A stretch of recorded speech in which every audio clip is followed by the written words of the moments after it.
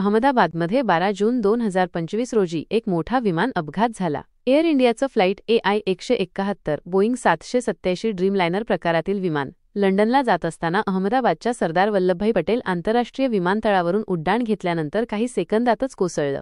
हे विमान एका रहिवासी भागात आणि BJ मेडिकल कॉलेजच्या जेवणाच्या हॉलवर कोसळलं.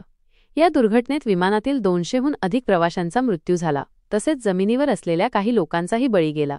या अपघातातून एक प्रवासी वाचला असून त्याचं नाव विश्वास कुमार रमेश, वय 40 आहे आणि त्याची प्रकृती सध्या स्थिर आहे.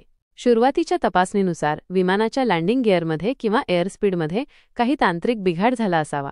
2011 मध्ये सेवा सुरू झाल्यापासून बोईंग 787 ड्रीमलायनर प्रकाराचा हा पहिलाच प्राणघातक अपघात आहे. भारतीय तसेच आंतरराष्ट्रीय बचाव पथके सध्या घटनास्थळी काम करत आहेत. भारताची DGCA, अमेरिकेची NTSB आणि UKची AAIB या अपघाताची चौकशी करत आहेत. पंतप्रधान नरेंद्र मोदी यांनी या दुर्घटनेवर तीव्र दुःख व्यक्त केलं आहे, तर ब्रिटनचे पंतप्रधान कीर स्टारमर यांनीही सहवेदना दर्शवत मदतीचं आश्वासन दिलं आहे. अहमदाबाद विमानतळावरील सर्व उड्डाणे तात्पुरती थांबवण्यात आली आहेत.